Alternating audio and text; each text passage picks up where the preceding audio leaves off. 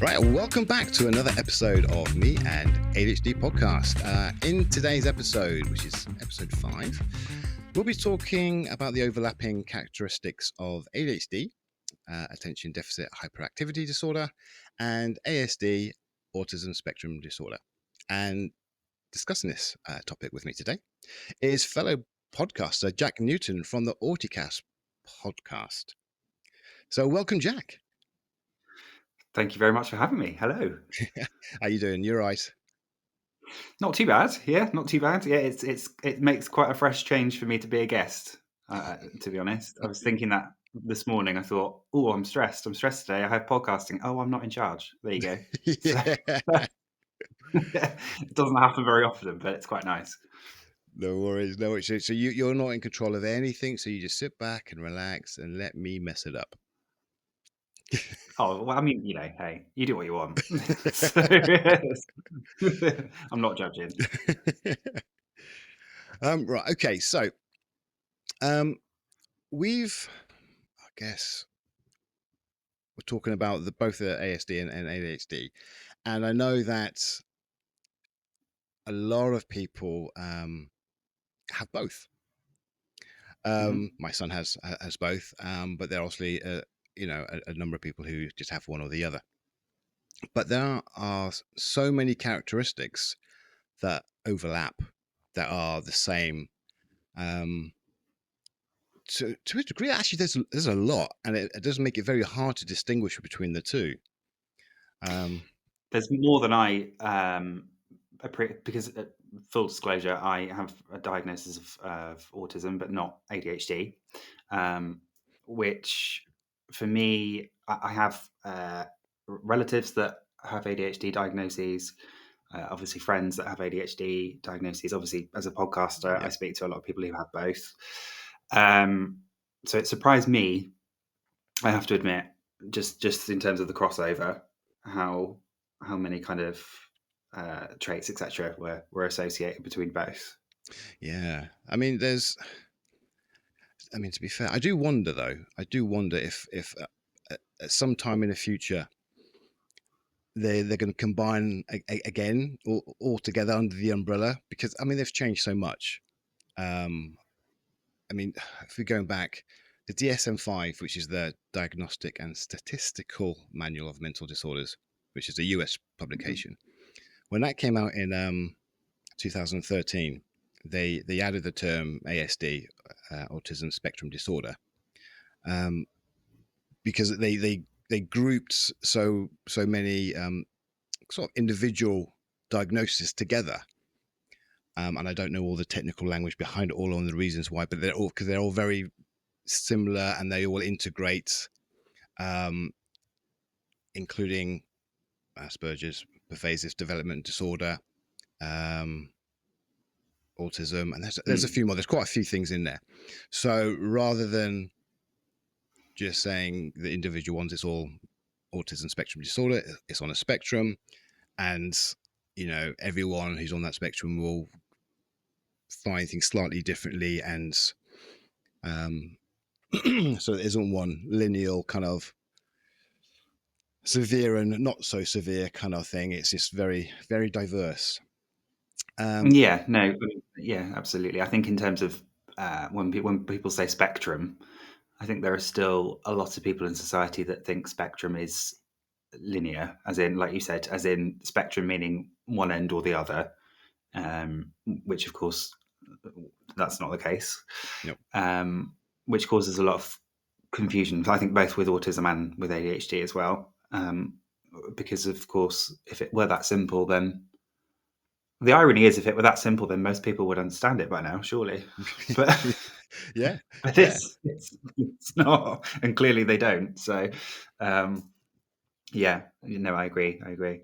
And even with ADHD, there's a lot of things that's changed as well over the years. I mean, was it in the 1960s? It was called the hyperkinetic reaction of children, which I thought was a weird one. That's a mouthful. Yeah. Yeah. And in 1980, Why did it not catch on, that one? I don't know. I don't know. Oh, look at that guy over there. Strange. He's definitely hyperkinetic reaction person. That's I can't remember the words.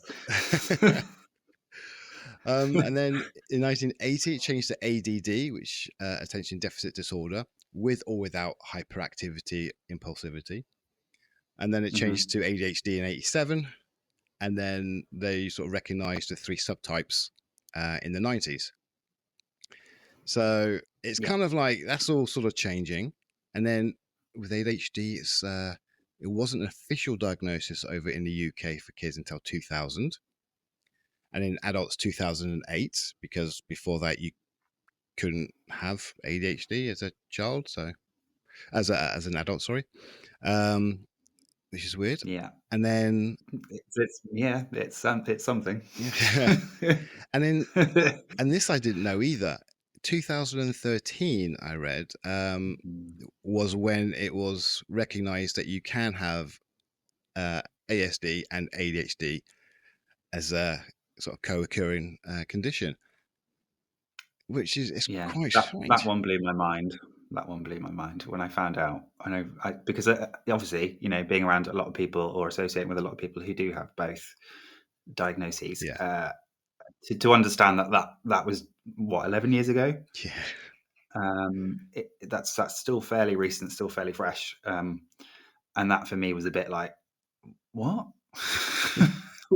how did how did how did it take that long? Yeah, I yeah. don't know. Because But there we go. it's like the whole ADHD, well, and autism as well. It's not as if it's only just started being talked about.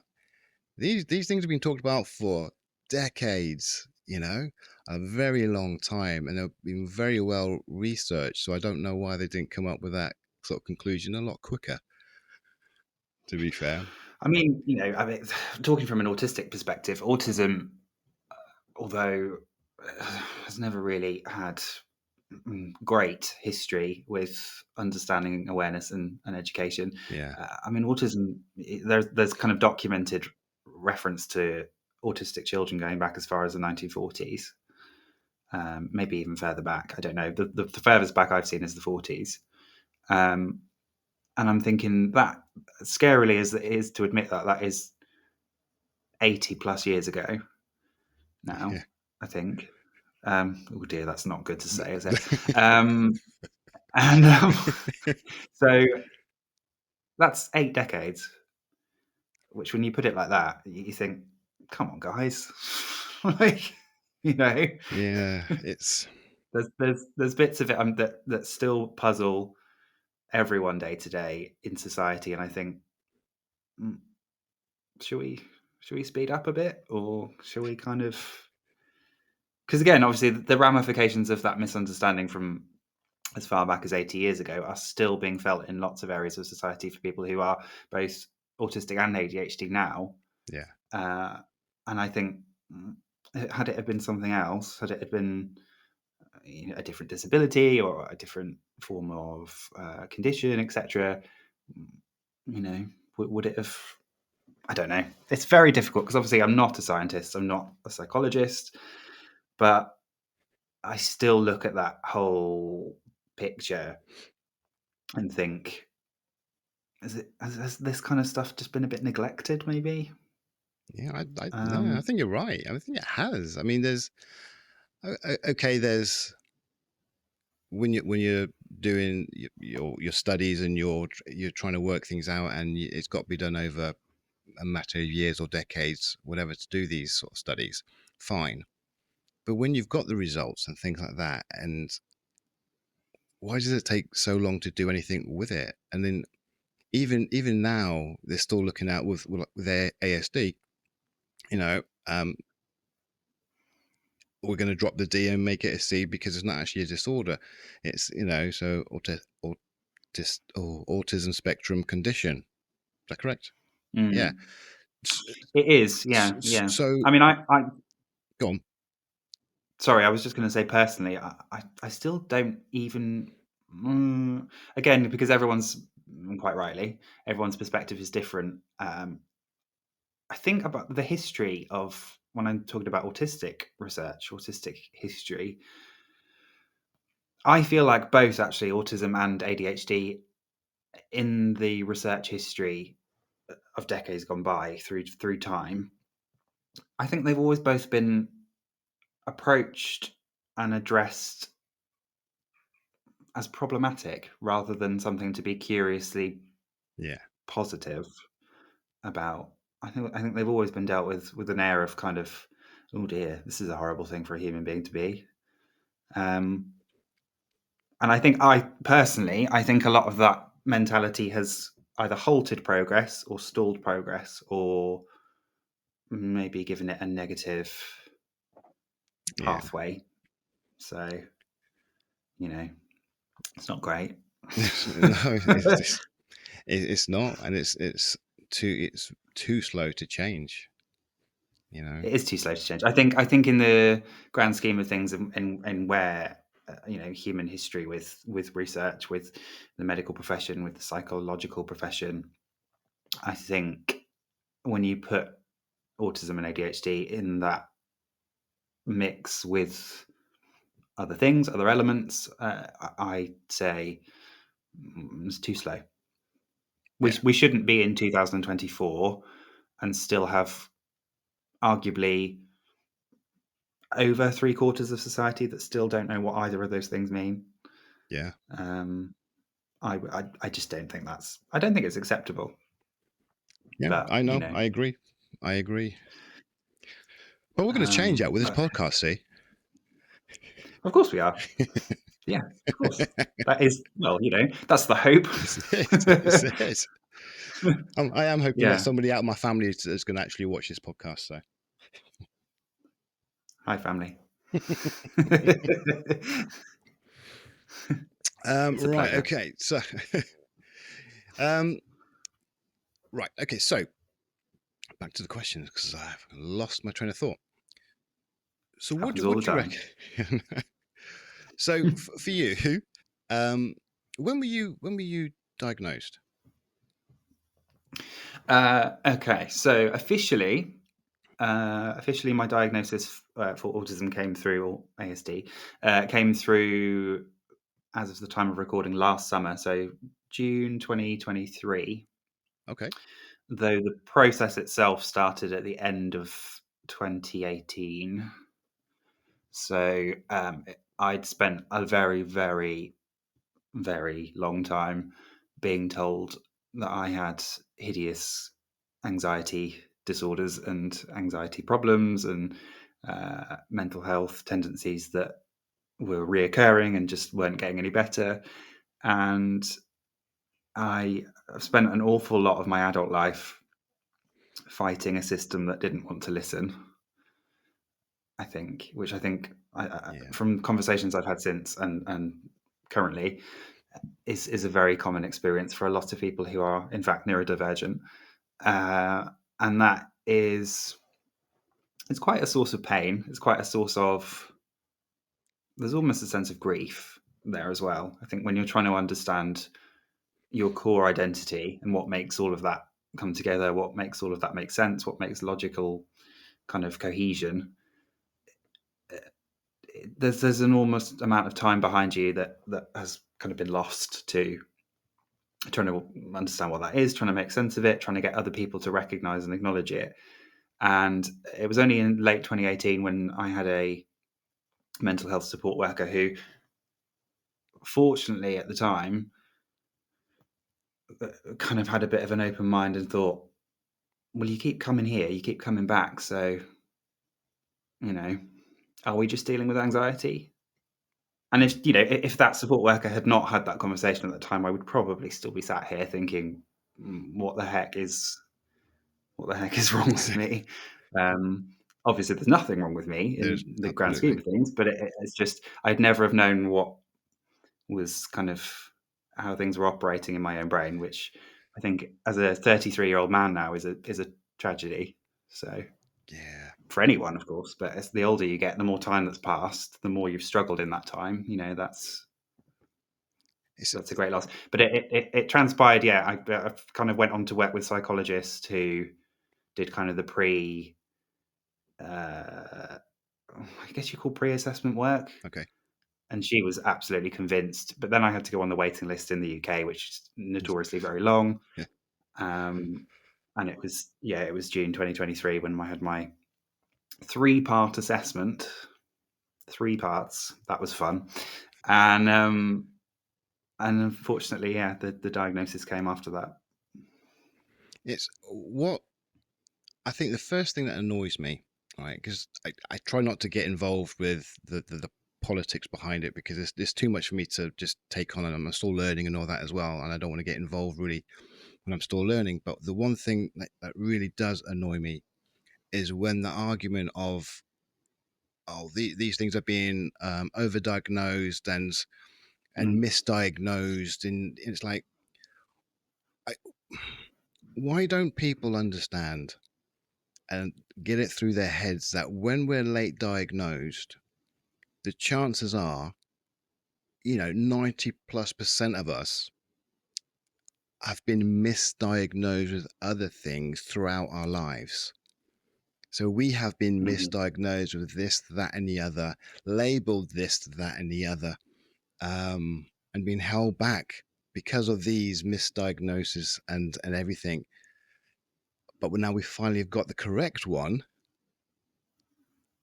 You want to take that away from us? Nah, no. So, so we've got the right diagnosis at last. Okay, so there's 2 parts I can answer that question. So the first part being, the one involves me and one involves somebody else that I once spoke to on a previous podcast that I did. The one that involves me is, there is nothing. Well, there probably is, but for dramatic effect, I'm going to say there isn't. There is nothing that is more lonely. There is nothing more isolating. There is nothing more socially kind of empty in a human life than to know that something about you is so drastically different, but you're the only one that knows it. You're the only one that realizes it. You're the only one that acknowledges it. And to be told that you're a symptom rather than a diagnosis, pretty much all your teenage years, all your adult life so far, you're a symptom, but you're not a kind of a core diagnosis. I never thought of it like It's that. just But tiring. yeah, It's just lonely. It's isolating, and it's anxiety. As I'm sure we'll get on to talk about, anxiety is part of the mental health umbrella. Yes, neurodivergent people, autistic people, ADHD people, significantly experience mental health difficulties a lot more than people who aren't. So yeah, anxiety keeps cropping up. The question never asked was why. So absolutely. Yeah. it was take these tablets. It was go to this free course and we'll show you a PowerPoint presentation on how to stop being anxious. That'll work. And, I just thought, this is something's not really fitting together here. And it's always great going to various. I feel like I'm being awful to them, and I'm not, because I know there are lots and lots of wonderful people. But it really does reach the bottom of the barrel in life when you go to a health professional and they say, "Have you thought just about not being anxious?" Oh. You're like, once or twice, you know. Yeah. So, but it's just kind of what's withheld from you is so vital to your day-to-day existence. What's withheld from you is so vital to understanding yourself as a person, which I'm so glad now. The one thing I don't think people of my generation, my age group, or older have had is a sense of identity. Yeah. A lot of the time, because I think actually growing up, a lot of the times discovering your own kind of identity was discouraged. Especially when I was a kid, no one talked about their identity. No one talked about their values. No one talked about the kind of their own moral compass or the ideas that make up who they are as a person. None of that was ever spoken about. No, it was just And fit in. now that, yeah, it was just fit in, keep your mouth shut, don't cause a problem. Yeah. So, you know, and you get used to that. You get used to that system. You play into that system because that's what everyone does. Your teachers tell you to do it. Your parents tell you to do it. Your extended family tell you to do it. If you make friends, your friends are doing it. So why wouldn't you? Uh, but I think what a diagnosis of something so huge, because again, like you said it before, people who don't understand tend to come and try and pour cold water over a diagnosis of something like autism or ADHD. Everyone's autistic these days. They're not. You know, uh, oh, you're making a big deal out of nothing. Oh, all right, fair enough. Come and have a go. See what it's like. Yeah. Um, uh, you know, and I think a lot of that discouragement that we're still experiencing now in 2024 is because, well, there's a lot of ignorance about, let's be honest, but also I think a lot of it is fear of the unknown. Yeah. It's, we still, a lot of society still does not understand what these things are, what they mean, what they look like, what they feel like, how they impact a human being on a day-to-day level, to varying degrees, of course, being a spectrum, a vast, wide spectrum. That the first kind of thing, and I tell people I'm diagnosed as autistic still now. If I meet new people, I still tell people now, and they're like, "You don't look it," and you're like, Mm. "I don't need you to say that to me. I don't want to hear that again." Uh, because what does it look like? You Yeah. know, are we going off the stereotypes of the 1980s where I'd be sat in the corner not speaking, rocking, and you know, doing advanced mathematical problems, and just stop it, just stop, and that's what I mean. That's what I was saying earlier about how, and kind of awareness and education is just not advancing fast enough because we're still stuck there in a lot of people's heads. Yeah. Um, Eh, but my diagnosis has given me the confidence to be me, and I know that's a bit cliche, but it's really, really true. I finally stopped masking eternally every single day of my life. I still mask sometimes, of course. It's one of those things that comes with being autistic, but I've stopped doing it to a degree where I had no idea who I was. Yeah. I know who I am now. I don't apologize for who I am now. I'm proud of it. It's very hard, you know. Um, I'm not living the life I expected to be living. I'm not living the existence I thought would be possible, but I'm making the best of it, you know. And I think that's probably That's all we want. my advice. We It is kind of, yeah, Yeah, I mean, we don't have to fit into, again, the society said, be successful, go university, get a good job, and all, and it's not all about that, It's not all about, yes, no, you want to it's pay not. your own way, yes, you want to be able to do things and things like that, yeah, but you yourself have got to be happy and do the things that you like doing and can do. Everyone has their limitations, we just know They it do. better than other people, you know what I mean? It's just, What's so fascinating about limitations is acknowledging and respecting your individual limitations yeah, is still seen as weakness, is still seen as lazy or an excuse or attention seeking, whatever you want to put on that, whatever negative connotation. And I think it's funny. I almost see not as a machine. I almost see myself as a bit like a battery now. And I think when that battery goes down, you're not going to be any use to anything or anyone. So respect the battery, respect where it is, how much is left, and once you're done, you're done. Tap out. yeah, So because not tapping out, that didn't look so great in the years of your life previously. It, yeah. it, it got pretty bad. It got pretty dark. So acknowledging an individual's limitations is far from weak in my eyes. It's incredible personal insight and incredible personal strength. to be able to say, I know what I can do. I also know what I can't do. That doesn't make me a worthless, bad person. It just means I'm just living as the individual I was supposed to be. Sometimes it's not easy. Sometimes I resent it. Sometimes I wish. It's quite controversial. Sometimes I have said sometimes I wish I wasn't autistic. I think if I dug deeper, I don't actually mean that. I think what I mean is I still want to be autistic. I just want society to be more, you know, more accommodating, more understanding, Yeah.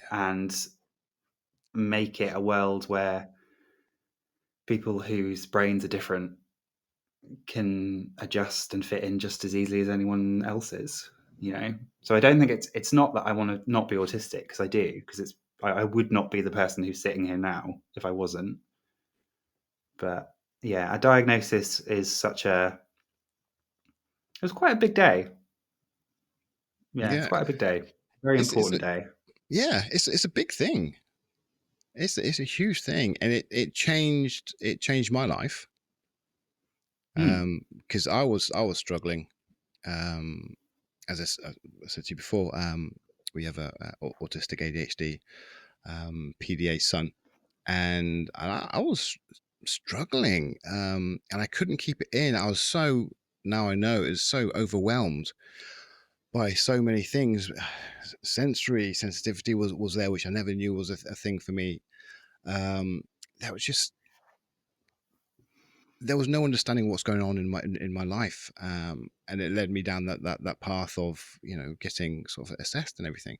And looking back in my life, that the not holding on to a job. Well, I could hold on to a job. I kept on leaving a job for another job, although very well qualified in what I did. I didn't stay there long. I kept on moving and moving and moving. Relationships, education was rubbish because Mm. I couldn't focus, couldn't concentrate. I am an attentive type that I know, so hyperactivity isn't a huge issue. It's there, but it's not a big thing for me. Um, but yeah, doing schoolwork, school was just rubbish. I didn't like getting told off. I wasn't a bad child in any sense, except for not doing the homework right, kind of thing, and not paying attention. Um, Mm. but getting that diagnosis opened up the right doors, so then everything in my life made sense. Everything I struggled with, now it makes sense. I mean, I was diagnosed like a lot of ADHD with anxiety and depression. I never told anyone about it, except for my wife, because I didn't know why. I couldn't talk about it. I don't know why I feel this way. But as soon as Mm. I got the diagnosis, yes, everything clicked, and I can talk. I have a voice now. I had social anxiety. I don't like going out and with lots of other people and things like that at all. And I just small talk I can't do. But now when we're talking about sort of, I can talk to people now. I'm talking to random strangers via webcam, which not something I would have Hello. done beforehand. This really wouldn't have happened before. Um, but it has changed my life, and it's given my life meaning. I Yeah. understand myself now. Yeah. Like you said, I don't apologize for the things I can and can't do or things I struggle with. I am who I am. I understand why now, and I don't. I'm still very in this euphoric bubble. And I've said this so many times on my podcast, that I am so happy that I know that I'll tell anyone. I've got a problem. It is what it is. I don't care what you think. It's all good. I'm gonna hate ADHD. I don't like it. I don't want it. It's no superpower for me. It's never done anything to enhance my life at all. It Mm. sucks ass big time.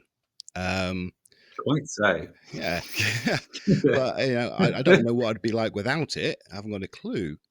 Um, but it's yeah, and I'm tired of trying to make other people happy all the time, which I always did. So now I try and make my wife, my son, and my family happy. That's it. Everyone else That is can all you need just. to do. Yeah. So, and that's because I want to Yeah. do it. That's because they deserve it and they're great. But everyone else, it's me. Like it or lump I it. mean, who doesn't deserve to know themselves? Like I said Yeah.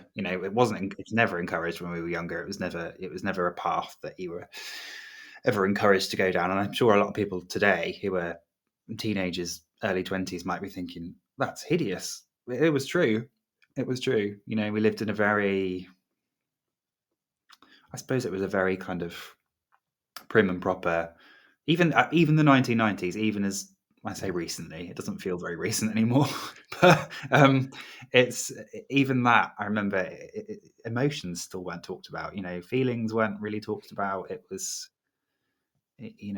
um, it wasn't great in some areas. But who doesn't know? Who doesn't deserve to know Yeah. everything about themselves as a person, as an individual? Because the only life you can ever live is yours. Yeah. We might all have a judgment or a thought process or feelings or an opinion about someone else's life. I can put it in a really cheesy, and if my partner's watching right now, he will probably cringe, but I can put it in a really cheesy analogy.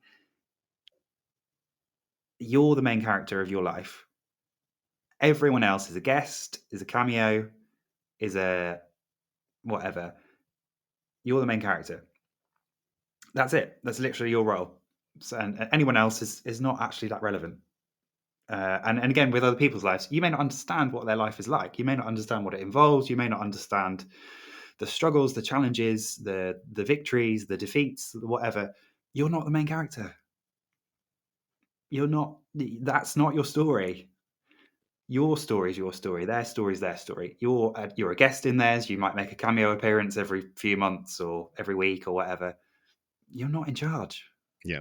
You don't know what that story starts with. You don't know what it's like in the middle, and you don't know how it ends, because you're not the main character. So keep out. Yeah. If we all lived the same story, if we were all the same main character, how dull. Yes. Yeah. Yeah. How It would be. predictably dull. But And I just think that's the thing about people who still have such vitriol or negativity towards people who are different from them. It's exhausting for us, yeah. but we can get over it. We can keep growing. We can keep moving forward. We can keep learning more about ourselves, and we can leave those people behind. But again, those people left behind, it's just your life's your life. That's where your attention is. Yeah. Like you were saying earlier about you and your family, that's where your attention is. Yeah. No. And judging other people's differences or the way they live their lives differently, you're just missing so much information. You're missing so much context. You're missing so much background, and it's just ignorant. Yeah. It's just ignorant.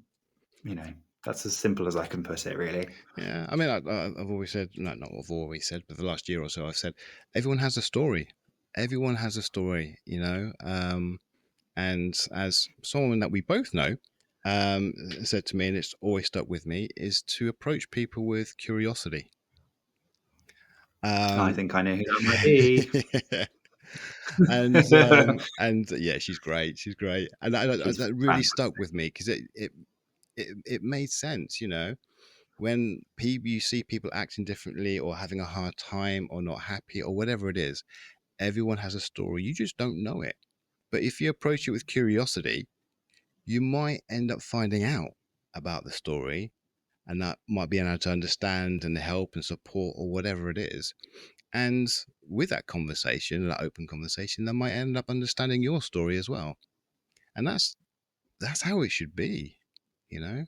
It is how it should be. Yeah, completely. And I think again, without sounding it a little bit, I don't know, it might sound a bit judgy, but uh, ironically, I think a lot of that comes down to emotional intelligence, which famously, I have to say, a lot of autistic people seem to have, and a lot of people who are living alongside things like ADHD, etc. We seem much more well versed in emotional intelligence, which I know for a lot of people can also be a huge, huge struggle. But emotional intelligence just means that you can open your mind to the fact that every single person you ever cross paths with, either directly or indirectly, their story is running concurrently with yours. You just don't see it. Mm. You don't know anything about it. You don't hear it. You don't feel it. You don't know the storylines. You don't know the other characters involved. They just pass you, and you might speak to them or you might not. Their stories run concurrently to yours, and they're all going on, and they all look different. They all feel different, and we can all make quick judgments because it's human nature. Human beings tend to just make those very quick, zippy judgments sometimes. But it's actually pulling those judgments back and going, actually, what do I know? Is that fair? Is that rational? Is that mature? Is that, and then kind of building a foundation of, is this person struggling? Do they need help? Do they need support? Do they need understanding? And that's certainly the basis of how I do life. But unfortunately, have encountered many people who don't do life. And I mean, there was an example that I put on my social media accounts from the other day, where that didn't happen, and it causes a lot of pain because it's such an important way for me to exist. I'm essentially existing in the world, and how I treat people is how I always wanted to be treated, but never was. So, that's kind of the focus.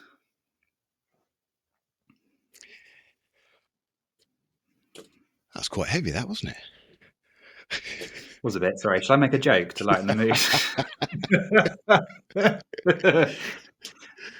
I just want to stop now, have a little cry, and it's no. Oh, don't cry. No. I mean, you cry. Crying's great, but I don't want to make you cry. Too late. No, it's yeah. Come on my podcast and make me cry. Oh, I'm not coming back, am I? Right. Yeah, life can be can suck sometimes. Anyway, it can, but I think again that's acknowledging that is important. No, it is. It is. I think that the more we talk, I think there's a lot of changes that are being made and regarding talking about things, which we never talked before about things. But that's happening, and I don't think. And I've had this conversation with a few other people that I don't think. Oh, I hope I'm wrong, but I don't think it's going to happen for us now. But it's going to be. It'll happen for our children or children's children. They're going to reap the benefits of it. Because things have started to speed up, but it's just not quick enough at the moment. No, I think I would agree with that. Yeah. So, right. Okay. So, just before the podcast finishes, should we talk about the subject? Give it a go. Yeah. No. Why not? Do we have to?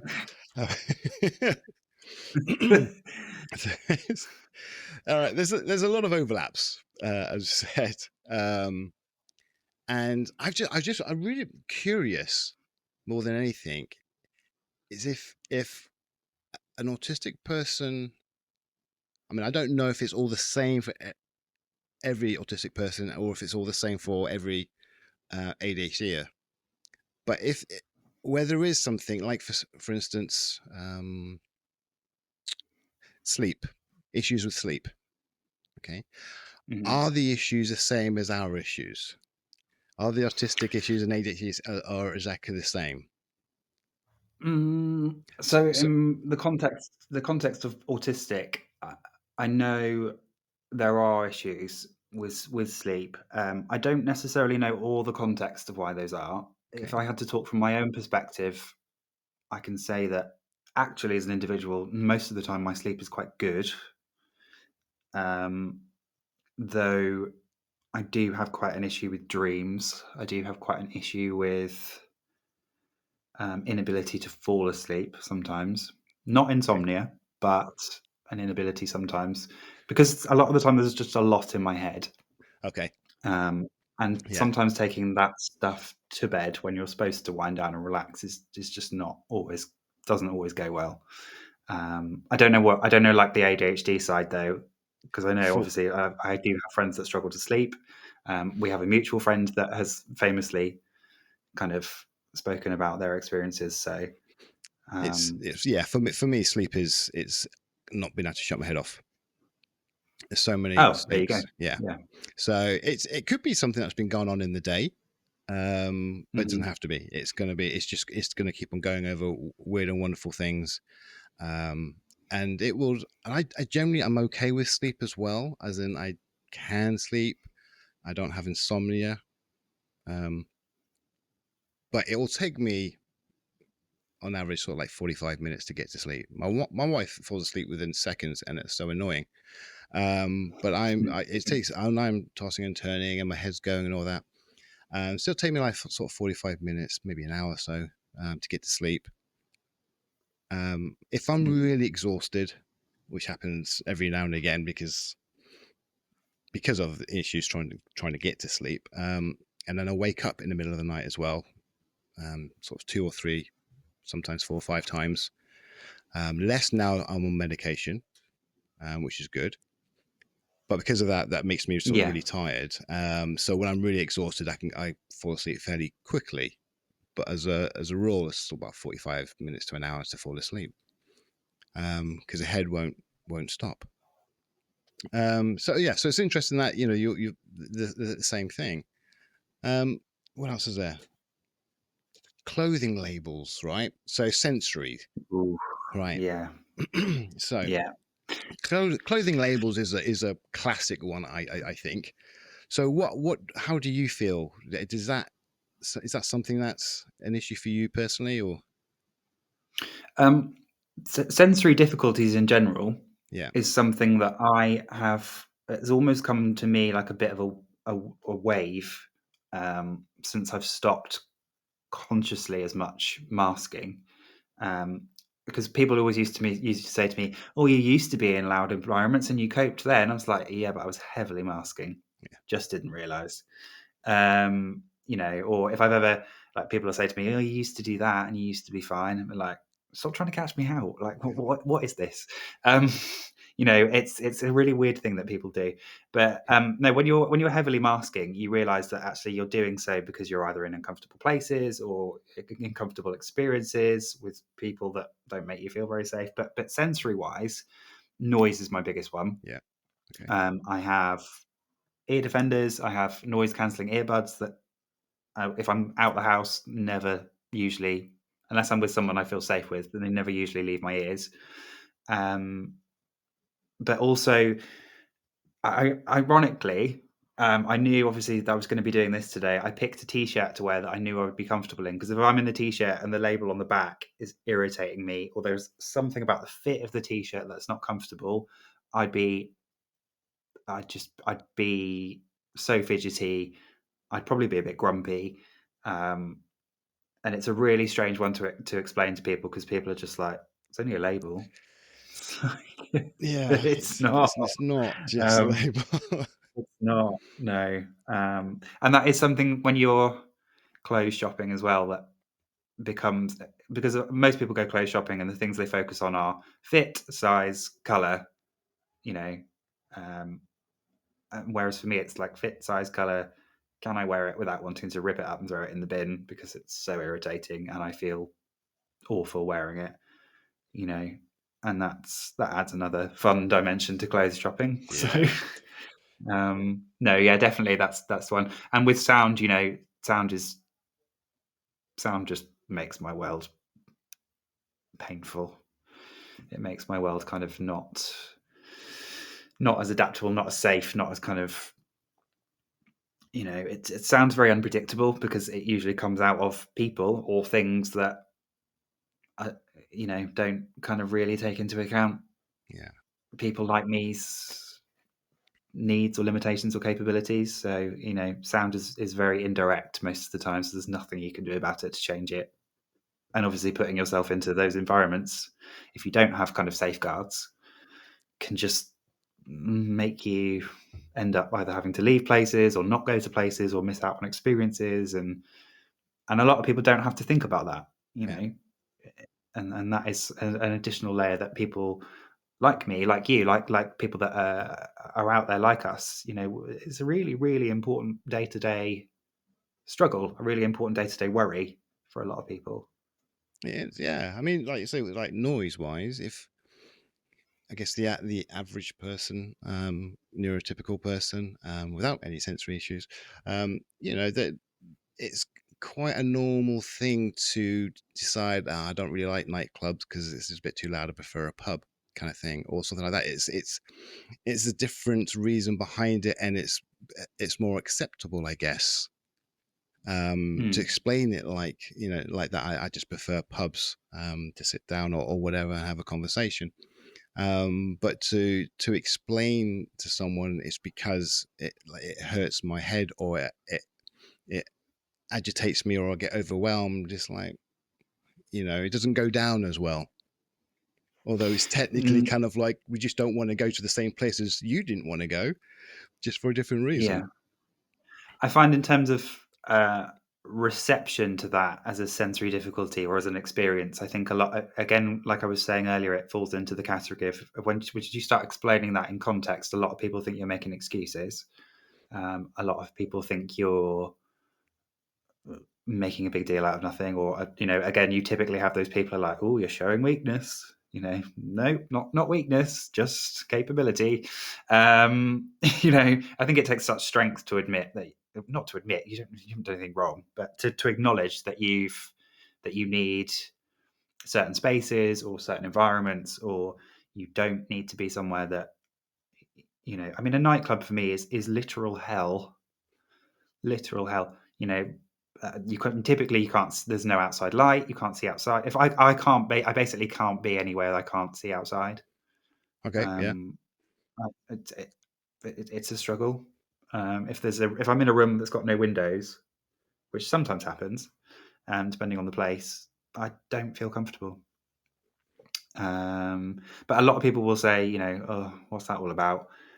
I'm explaining. I'm explaining my existence. I'm not, I'm explaining rather than excusing, kind of thing. I think a lot of people get those two mixed up.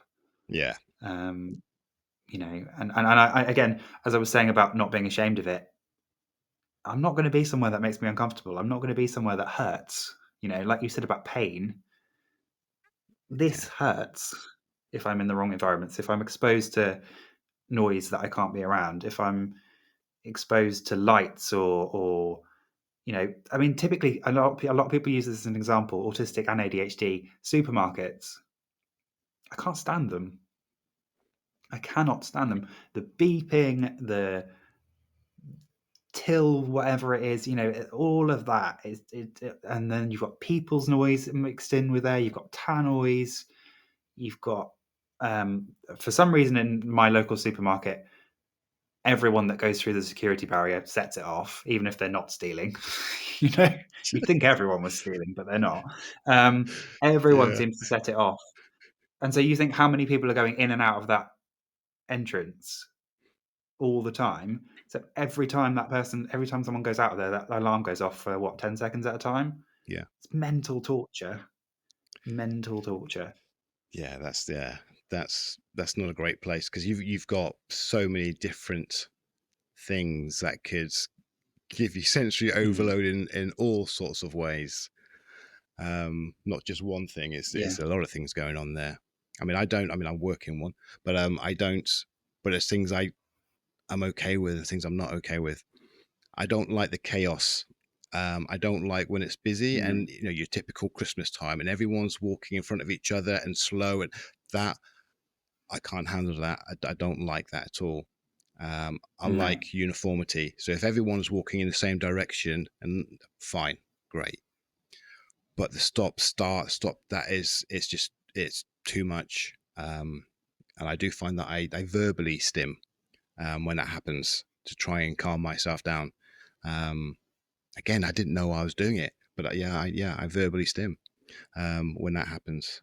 Um, Hmm. because it's too much. And things like we went to there's one museum in London, which was a struggle in the first place in being in London, but we went to a museum and I've been there before and I remember it being quieter, but that day was rammed.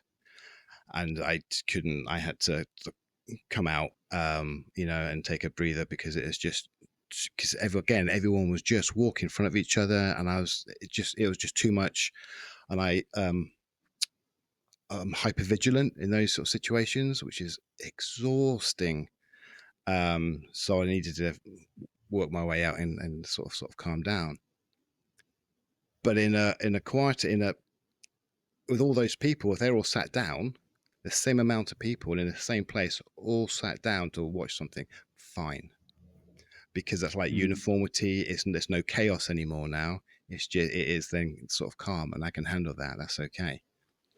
But I mean, I'm a massive football fan. You know, my local team is here where I live in Norwich, and you know, the the irony in a lot of people's minds when I say to them, I absolutely love football. I love my club, but unless it's a friendly and it's under 10,000 people, I can't be there. And that's a great source of sadness for me, because obviously it's an experience that in the right parameters, in the right kind of the right setting, I would love to be a part of that atmosphere. But it's between kind of 25,000-30,000 people, and the everything that comes with that sensory wise, with noise, with kind of auditory kind of stuff like that, and with crowding and kind of physical limitation in space with people, it's just not possible. And that, if it sounds quite primitive maybe, and it is primitive in a way, but it's an example of something that I'd love to do, but I'm not able to, because of those things that people are just like, oh, just go. Like, well, no, because that's not going to end well. So, but again, I found an accommodation around that, where I say, okay, if we're looking at a pre-season friendly game, for example, or if we're looking at maybe a cup competition where the capacity is going to be less, maybe that's more possible, because it's an accommodation to noise, to space, to physical presence. yeah. Well, that's more possible. But typically, the only time I will go is a pre-season game, because there's just so many less. So many less? Is that a sentence? I don't know. There's such less people there, that it's more tolerable. Yeah, it does make a massive difference. But weirdly enough, if an elderly person said, "Oh, I don't really want to go to those places. Get just too many people, or it's too loud," that's fine. You know what I mean? Mm-hmm. That's just perfectly acceptable in society. Yep, okay, no worries, we understand. Seriously. But again, like I was saying about the research earlier, it's unfortunately how we still deem things like being autistic or having ADHD. We still deem those as, I mean, I don't want to broadly paint everyone with the same brush, because I know that's not the case, but there is still a large percent of the population who deem autistic or ADHD individuals as negative or problematic, irritating, inconvenient. And, it's none of those things. It's just like we've been talking about, I think, so brilliantly together. It's just about having the understanding and the awareness to open the conversation up, and to open the world up, and to say, not everyone experiences everything in exactly the same uniform way. Yeah. So we can't change everything for every single individual. Of course, it's not possible, but there is always more that can be done. There's always more that people can do. There's always more that institutions can do. There's always more that environments can do. It's just about wanting to. Yeah. It's about understanding it first of all, and then wanting to put it into practice. And that doesn't take And those much. those two things very rarely happen. Yeah. Yeah. No, it doesn't. And it's a shame, because it's very. You don't have to do much to change. You really don't. You You know, really it's don't. No. not a big effort to change your wording, or to change your outlook, or you know what I mean. But anyway, People assume the task is a mammoth one, and so cut off their interaction with it because of that. Whereas actually, with the right level of education, with the right level of understanding and awareness, they would realize it's actually the little things that make the biggest impact Yeah. for Yeah. people like us. Absolutely. No, absolutely. When we go out, we don't go out a lot, but occasionally we'll go somewhere, and my wife would. I gave this example the other week. We went to a theatre, and she asked me, she wanted me to go. It was to see a comedian, and okay, I said, okay. She knows big crowds of people, not my comfort zone at all, not everything like that. But she, when we're there, when we're walking through sort of Oxford, and she's arm lengths holding my hand, we're in there. She sat me down. We booked the seats. She sat me on the end of the aisle, so I had more space, so I'm not confined by people both sides. You know what I mean? Yeah, And it's I just little do. things I like do. that. It's like I Yeah. that brings a lot of comfort to me, because it's not, I want to go, I want you to go, and that is it. She's thinking about me at the same time, and my struggles at the same time, and trying to make it as easy as possible. you know but when we sat down, it was all great. It's just when we got back up again, it's but again, there's that handhold, the arm link to, for my safety blanket, I guess, to make me feel more comfortable. And it's just little things that makes things a little bit easier. It is. And I Yeah. do that because because she doesn't force me to do stuff like that. It's not a, oh, could we have to do this again kind of thing. Um, so it's more tolerable that way, rather than have to be in that situation every Friday night or every weekend or whatever, because I can't handle that, you know. But No, no, and that's not what it's about, is it? no, It's not about forcing people into spaces or places or experiences that don't work for them, and that's just kind of it's about being. And again, that I think that is, when we were talking about at the beginning, that's what a diagnosis does for so many people, and I include myself in that. And I'm sure that you've mentioned that you do as well. Is the diagnosis doesn't give you something to fall back on. It shouldn't, because you don't need to fall back on anything. You're just explaining your reality, but you're aware that actually why you experience things like this. You know why yeah, you struggle with things like this. You have something to put there as maybe for your benefit more than anyone else's, and to understand that sometimes, this doesn't work for me. This is difficult. With sensory things, with the need to stim, for example. Why you find social challenges so difficult.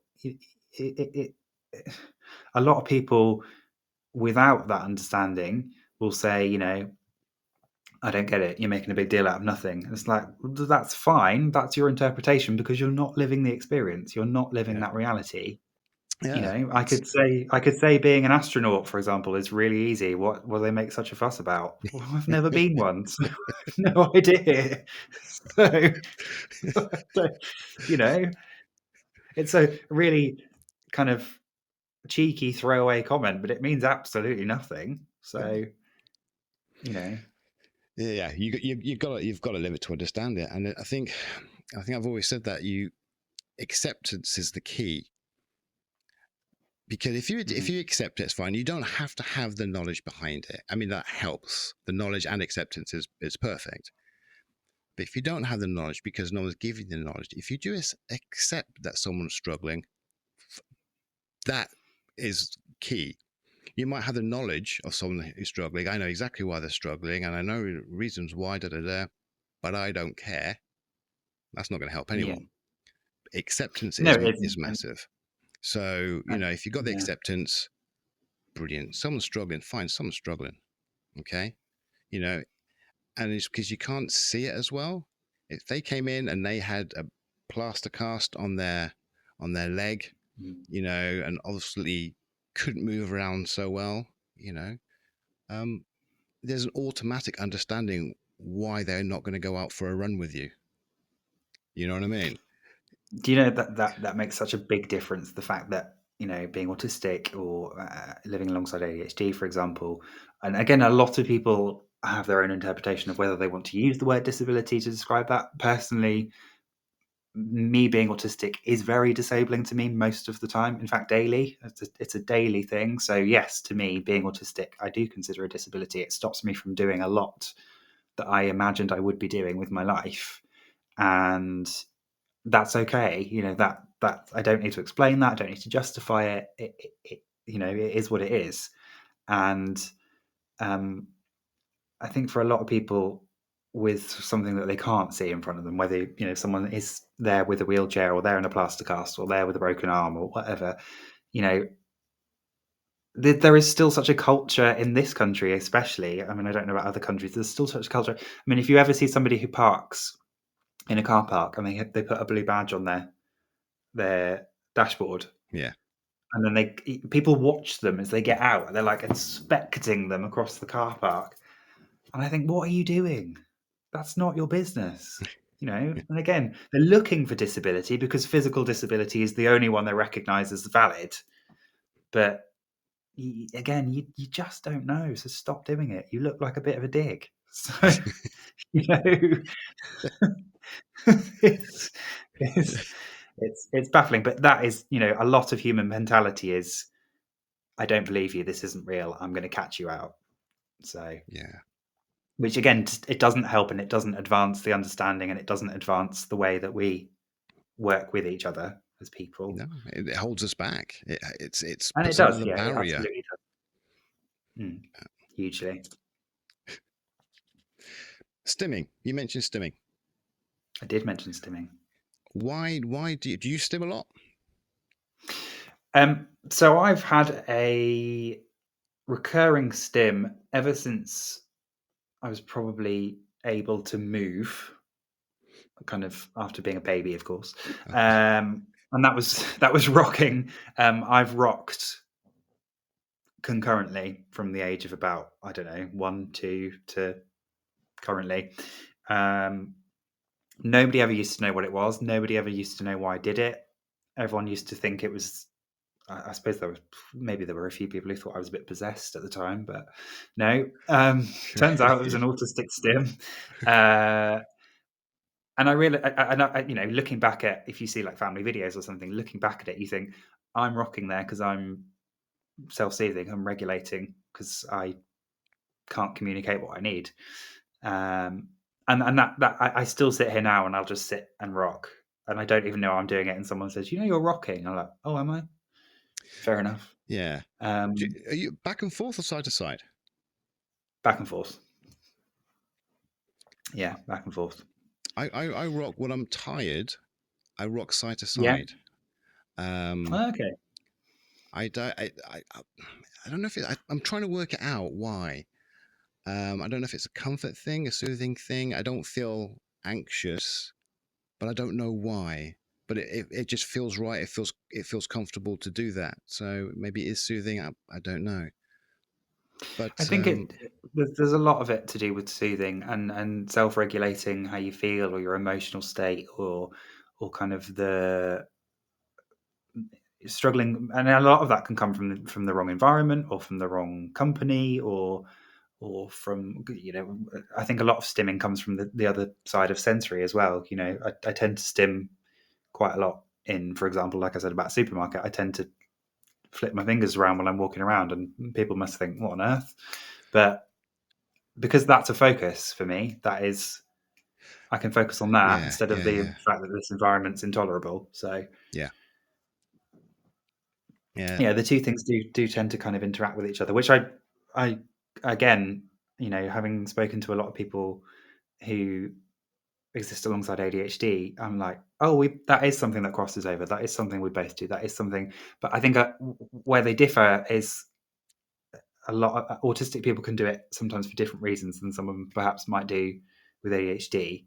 And I think that's, so I've got a brother and sister, both older than me, and they both just had ADHD diagnoses themselves. okay, So my sister is inattentive and my brother, I think, is hyperactive. And, it's kind of learning And not just with them, just with friends as well. It's kind of what is similar, but what also separates us for different reasons. Because and we said it at the beginning, people think it's very linear. If there's a spectrum of something, it's very linear. You're either really, really not, or you either really are, and it's not. And it's learning where everything fits each person, how it fits them, why it fits them, and what it means. And I just think it's fascinating. I think it's, again, that's what makes everyone different. So why Yeah. judge everyone by the same standards when we're not the same? Yeah, no, we're not at all. Not at all. No. It's yeah. Yeah. I mean, I'm Yeah. here at the moment, with ease, because it helps calm me down. Mm. It helps. I found when I'm at work, when I'm standing, although I'm not really hyperactive, I can't just stand on one spot. If I'm leaning against something, that's fine. But if I'm just standing on my own, I can't just stand. I kind of like walk around in a little circle and back and forth and side. And and that does my head in. But so when I'm work, I have these, and it helps, like you said, to focus on these. Yeah. And I can stand more still, not perfectly still. I can, I don't have to walk around as much. Um, and yeah, that focus helps to, calm the anxiety down and things like that as well. And I've only just Yeah. started using these because I didn't realize what a difference it makes for me to have something in my hand to focus on.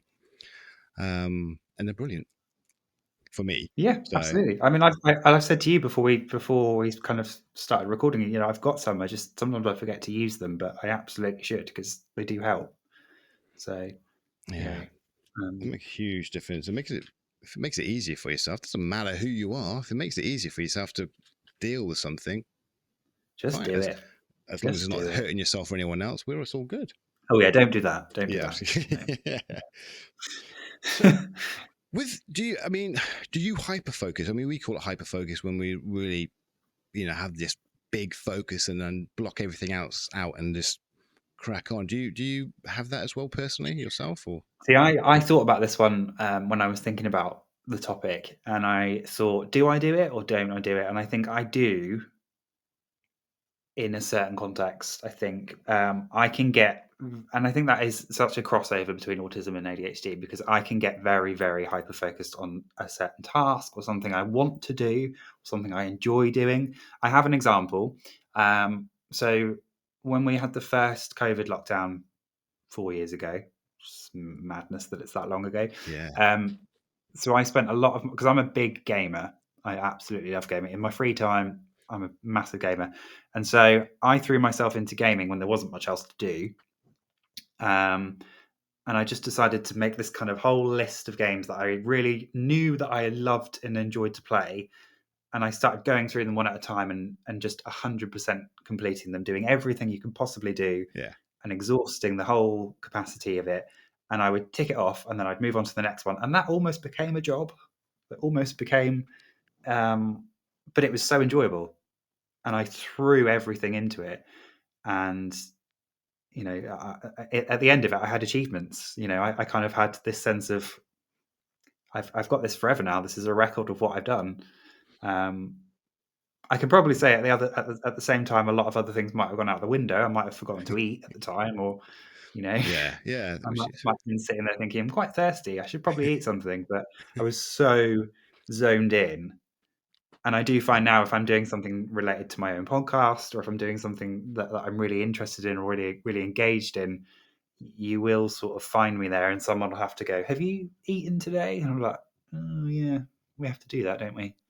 So, um, so yeah, in a way, yes, I suppose I do. Yeah.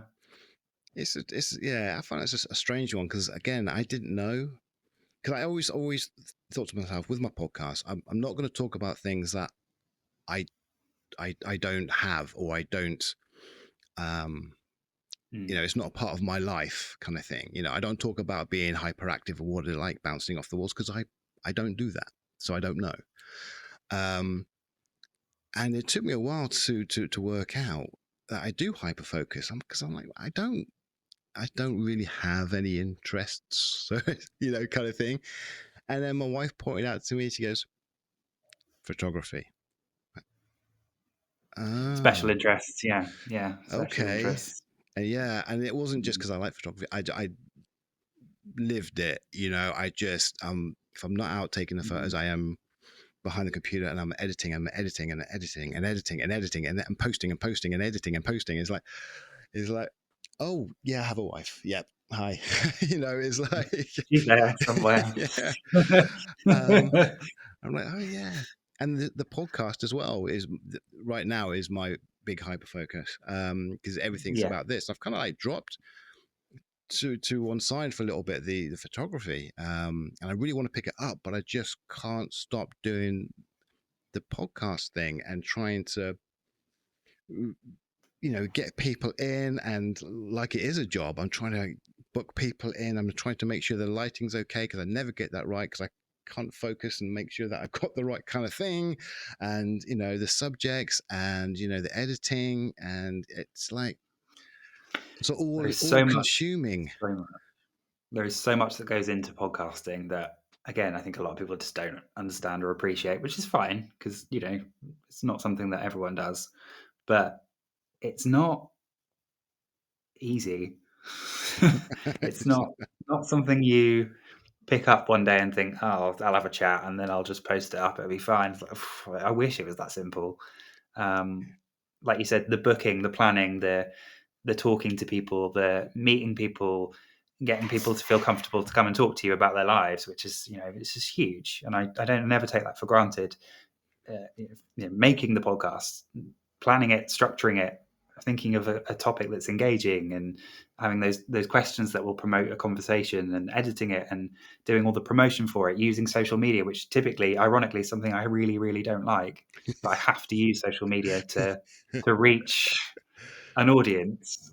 Um, that takes a lot out of it, and for someone like me who has kind of a limited capacity in terms of my energy, my kind of mental, what I can expend mentally, it soon burns through it, on a busy day. So yeah, it's I love it. I absolutely love it. I would not change it, but it can be hard. It can be hard Yeah, work. no, it is, and I started doing it for therapy for myself. um Probably the same, to be honest. yeah, Yeah. it feels good to talk about it because I It haven't been able to does. talk It about does. anything for decades, and now I've got something to say. I've got a Yeah. voice now, and I've got a lived experience of living with ADHD without knowing it, you know and it Yeah. helps me to talk, and I find that it helps other people to talk, and I do enjoy giving people I guess a platform for to tell their story and to have a voice for a change. Yeah, exactly that. Exactly that. So And it's the same. It's the same with Auticast. It exists to give people the opportunity to explain their reality and their existence to people who otherwise wouldn't know, yeah, who otherwise wouldn't have the awareness, who otherwise wouldn't listen, who would never have the opportunity to come across it. And I become quite fond of everyone that I speak to. Every single one of my guests has ever been on Auticast. I become so fond of them because I'm just so kind of in awe of their courage and their bravery and their individualness, just to come on and be like, yeah, this is me. I've kept it for ages. And like both of us have, we both said, I've kept this so masked away and so hidden away. And so I felt so ashamed of my existence or my individuality that now I'm going to come and talk about it. And you can't not love people for that. So, it's so important. that's a strength. Talking about it, dealing with Of it, course it is. knowing Of course yourself, it that's is. it's pure strength. These um are these are people that have been told for all of their lives that they were weak, and they're anything but, yeah, and that's what's great about it. the most resilient people, So it's resilient, so resilient, and that's the same for autistic and ADHD people. They are the most resilient people ever because there is no other choice. yeah, In a society that chooses not to understand, won't get better, won't open their minds, you have to be resilient all of the time, and imagine how exhausting that can be. Because it is. yeah. It really is. Yeah, yeah, it is. to a point when you kind of shut down. You just can't.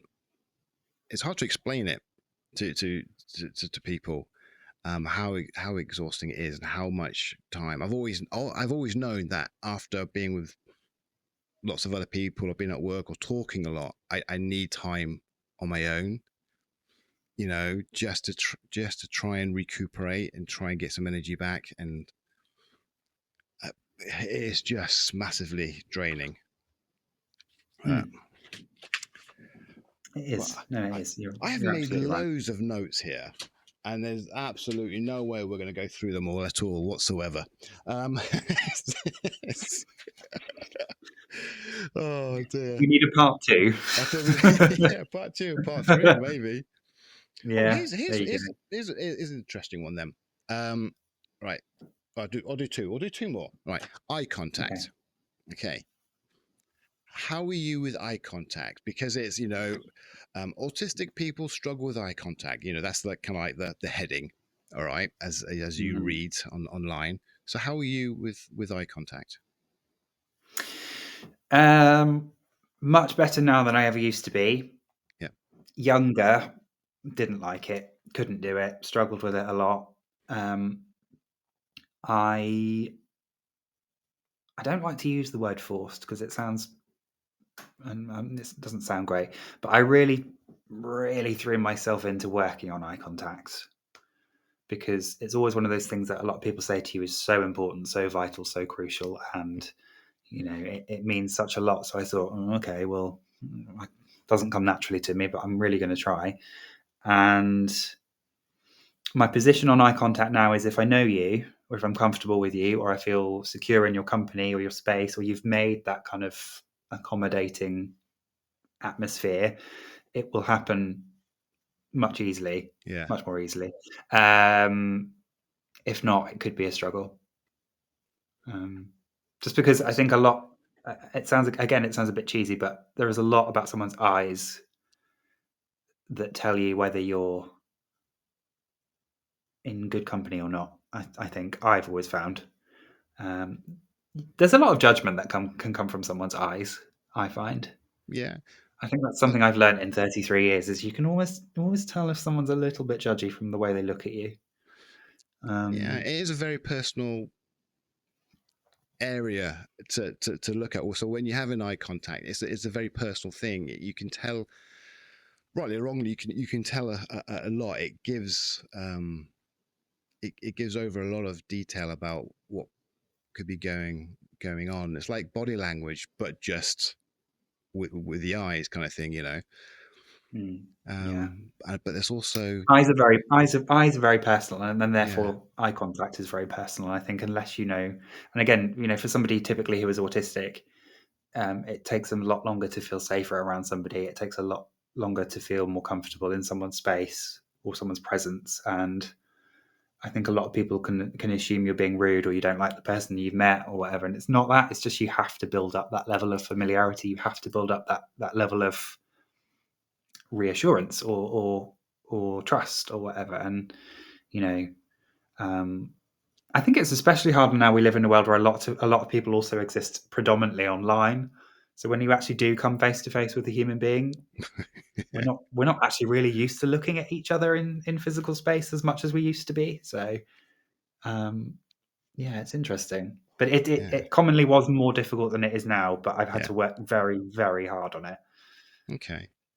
I don't have so much of an issue with eye contact, but I do realize that if I don't know somebody and if there's just small talk going on kind of thing, I do struggle with that because it doesn't feel right. It doesn't feel comfortable to do that. But if we're having a conversation and just, having a laugh and I do feel comfortable, then eye contact just feels very, very normal and necessary, Yeah. But if someone's walking past even slowly and I say, hi, how you doing? By the time I've got to how are you doing, I'm looking away kind of thing. I don't feel comfortable to have that eye contact in that context, Definitely. But if they stopped and started to have a conversation with me and we were chatting, then that feels more comfortable and less anxiety inducing, I guess. But so it's not much of an issue. It hasn't really changed or held me back in any sort of way. What about your focus, concentration? Yeah, see, I think school was quite a good example of concentration for me, is that I always wanted to learn. I've always been encouraging myself to learn. I still do as an adult, but I think I do it so much better now because I'm kind of more in charge of it. Yeah. But concentration was always something that my teachers used to point out. Well, a lot of them said I used to talk too much, but without sounding too harsh, it's because what they were teaching was quite dull. So Yeah. I always used to think my conversation was more interesting. So um, you know, they weren't a big fan of that. But interestingly enough, I've always said that if you want me to get the best out of my ability to do like a piece of work or to study or to focus, it's better if I'm on my own. Okay. I'm usually better either working one-to-one or working in isolation on my own, because I always used to struggle with working in a class with like 20, 30 other kids. And I think that's, a big barrier for me is the workplace. That's been such a kind of recurring constant struggle with me. And I think a lot of that comes down to kind of working environments, but also expectations and pressures that go through so many different roles. But actually, what I do with my podcast, I'm able to concentrate on because, one, I'm in control of it. I have that autonomy for Yeah. myself. There's nobody else I need to answer to. There's nobody else I need to report to. I'm in charge. I'm in charge of what the content is, how it's delivered, what it looks like, um, promoting that. Liaising with other people. It's all. I don't want it to sound like I'm a control freak, because I'm not a control freak in any shape or form. But I do like to have that autonomy, Yeah. either to do a task or to learn something or to take something in or to knuckle down and do something. I like to have that autonomy on my own terms because I know that's what works best. Yeah. Um, and I think I've appreciated that, and I realize that now as an adult in his 30s who can say, yeah, do you know what? For me to concentrate, I need to have everything aligned in the right way. Yeah. It's the concentration, the focus for me has always been a huge issue. And I've always said I've been the token gesture sort of kid at the back of the class looking out the window, daydreaming. But I wasn't looking out the window and I wasn't daydreaming. I was looking at the teacher, trying really hard to understand, but there always something else coming into my head, left and right and center. And, then I go back to what they said and then come back out again. And I'm like, I just need to listen. And like you, the people in the class helped me. Well, they didn't help me. They didn't know they were helping me. But the people left and right sitting down doing their work, I was looking over at them to see what they're writing, not to copy them. No, It's just so I can actually go, okay, oh, that's the subject we're talking about. Okay. And, oh, that's the class we're in today. Okay. And that's what I did because I couldn't focus on whatever was being said. And I still have that now. I still have that issue now, although I'm on medication, which has made a massive difference. I read books now on books are good. ADHD, but up until last year, I've never read a book apart from to my son, because I don't have to remember what I've just read. No. But I don't read ever, but I do now. And it's nice that I can actually read things and remember what I've just read. I mean, we're not talking about the whole book. We're talking about the line I've just read. I remember what that is. You know what I mean? Yeah. So yeah, focus is a huge. There's a crossover. There's definitely a Yeah. crossover, maybe just in a different context. But I think I think a lot of people can say, is there a crossover or isn't there? Well, there is, but it's maybe the context between what it's like autistically and what it's like ADHD is different. So Yeah, you know, no, absolutely. but there's I mean, similarities and differences. I think you get a lot with that with certain crossovers. So yeah. It's like, well, if I'm in a busy room and there's lots of people talking and I'm trying to concentrate on listening to what one person is saying, that's I mm, no, even with medication, that's going to be really, really hard because what other people are saying, that's what's going to go into my head. And the person in front of me talking, I'm just not going to get any of that. So I do mm, need the rest of the people to leave so I can yeah, concentrate on that one yeah. person. Mm. It's I mean, I'm the stereotypical autistic person who needs lots and lots of structure, likes things to be done routinely, and likes to do things the same way repetitively. So, like I was saying about doing the podcast, if I'm in charge of that, that yeah. will always look the same. So that will always feel the same. That will always be done the same. So, and that's the difference. So, yeah, there's a big need for kind of sameness and structure in why I kind of do that. Why do you think that is? There's a reason why I'm asking this question. Why do you think you need structure and uniformity in the same? What does it mean to Structure you? and routine. Yeah, structure and routine for me mean safety. They mean comfort. They mean ability to exist kind of comfortably. Yeah. It means that I have the ability to feel grounded in a world that I'm otherwise not.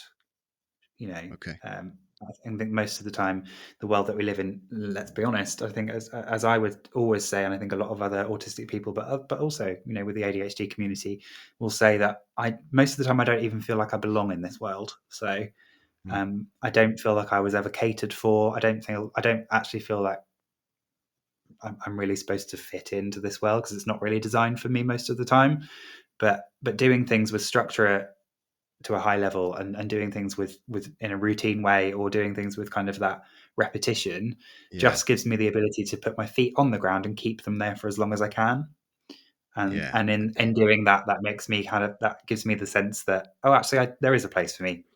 You know, I might have to make it, but there's still a place. Yeah. Um, I get because that. a lot of human beings don't, they take for granted the things that they're able to do without question, but I unfortunately have never had a life like that. So, you know, that's why they're there. That's why they're incorporated. Okay. That is interesting because I think one of the reasons why I thought possibly I was autistic as well is because, as they say, ADHDers they want randomness and different things to create that dopamine rush and make things exciting and all the rest. And that's not me. I do like different things, and that's and I do understand the getting the dopamine and chasing the dopamine, and there are things that I do that is for those reasons. But I need structure, I need routine, massively need routine. And I thought, oh, yeah, maybe I am autistic as well. Mm. Not really knowing at that time, everything about it. That's like where the lack of education in in Yeah. that area fits in. And I think a lot of people can go down that route of thinking, oh well, if I do this, I must be that. It's like maybe not. But I was reading a book um, by Jessica McCabe. She does How to ADHD podcast on YouTube or on YouTube channel. And she's written a book as well, and I got it. Brilliant book, absolutely brilliant book. And she talks about being in manual mode. I call it autopilot, but she said manual mode. And basically, you do things that you do quite often in a certain way. You keep it routinely the certain way all the time, so you don't have to think so hard. Mm-hmm. And it's basically because we have issues with executive function, We so do. your working memory, your focus, and all the rest. And that's another overlap that we have as well. It But is. Yeah, it it's is. yeah, and because of it. if you do everything, if the things I do are just exactly the same, I don't have to think. Well, I mean, you do, but just it's minimum Yeah. executive function involved. But as soon as something changes, I have to use, it feels like, all of my executive function to try and now negotiate everything, and I struggle. So I then Mm. become very overwhelmed. I forget things. I everything for if I'm cooking dinner, everything's in a certain place. The sauces, the pans are nice and everything's laid out in a certain way. Because if it isn't, I have to think a lot harder about it, and then that's where everything goes wrong. I used to walk my son to school, has to go to a certain direction on a certain path, and we cross over a certain area. And my wife's like, "Why do you have to cross over here for? Why? That's better over there." I'm like, because this is where I cross," you know. And yeah, and it all makes sense. I'm like, God, yeah, I need to be that. The autopilot mode for me is just because I don't have to use my executive function so much, and it makes life easier for me. Because I'd say when that things, was quite. I mean, from my own experience, I'd say that sounded quite autistic to me. But um, that I relate to a lot of that. And when I yeah, described myself earlier as I focus on my brain as a battery, structure, routine, repetitive kind of reliability keeps my battery at a higher level. Because if I don't have that stuff, it's going to burn so much yeah, quicker that by lunchtime or by 3 o'clock in the afternoon, I'm done. I'm out. I'm gone. yeah, And I want to, like I said about wanting to make the best of the life that I have got and the life that I do live. I want to make the most of my time. I want to make the best of my time. I want to make the best of my ability to do the things I want to do, however they need to look. But if I don't have those things that are so important to me to regulate me every single day of my life, I know what happens. I know what the result is. And the result is I burn out, I melt down, I yeah, shut down, I, need a lot of recovery time because I pushed it too far. And that I've learned that the hard way. And I think that's what people don't understand when they're making comments or making judgments is I learned this stuff the hard way. And it was very painful and it was very upsetting and very traumatic at times. And needing structure and routine and repetitive natured stuff serves a really important purpose, yeah. you No, know. So absolutely. mock it as you will, but until you understand why and the context of how important it is, then we're on different pages. Yeah, So yeah. Right, mate. This is I'd love to keep you talking here all day. is this the longest recording you've ever done? This is now the longest recording I've ever done. Yeah, and Yes. Got it. if I look at the notes, that I've put down, I don't think we're even halfway through. But we can't. Wow. Yeah, but that's at some There we point, go. I think I probably do need to pee. So Yeah, I might do too. To be fair, I might do too. I'm gonna ask one more question before we go. Have you been assessed for ADHD? I have not. Okay. Any No, particular I reason? have not. Because of the overlaps and things like that. Any particular reason? I haven't noticed enough about myself yet to deem it something that I think is pertinent to do so. Okay. However, that could change. I am aware, obviously, now having recently had two siblings diagnosed with ADHD, that we're a very neurodivergent family, clearly. Yeah. Yeah. Um,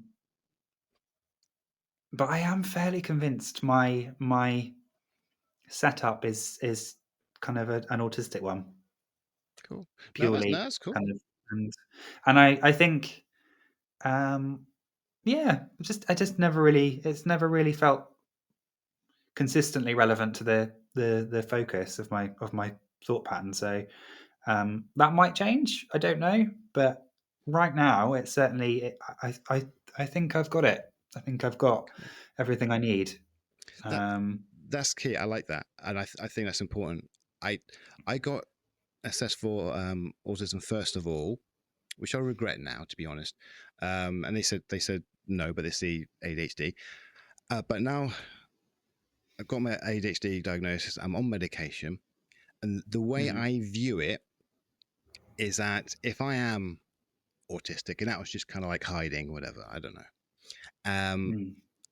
Right now, I don't care. It's how I see it is I'm diagnosed ADHD. I'm on medication, which is one of the key things that are helping me to stop being so overwhelmed. So that's good. This is everything I struggle with. Now, whether you want to call it ADHD or autism or sensory processing disorder, doesn't really matter. These are the things I'm struggling with. This is all the strategies I'm putting in place to cope. Job done. Okay. For me, I don't feel I need to say, okay, I've this and this and this and this. I'm ADHD. This is what I struggle with. This is what I'm going to do. So I wish I got assessed for ADHD first of all, because I don't think I would have gone for the autism assessment, even if I thought I was. I still think there's something, possibly, but it doesn't matter. It's not going to change anything for me. I've got my, the structures and supporting sort of things in place, and that's key. That's it. So, yeah, that's it. Cool. Yeah. All right then. Yeah. Well, Jack, thank you for this very long conversation. So it's been good having you on, mate. It really has, and I'm glad we've. It's been really fun. Thank you for having me. I really enjoyed it. So it's been lovely. My pleasure. Absolutely, my pleasure. Thank you, everyone, for listening. If anyone does listen, that would be nice. But always, guys, just remember, okay, be good, be kind, and remember, you're not alone. Thank you. Bye-bye.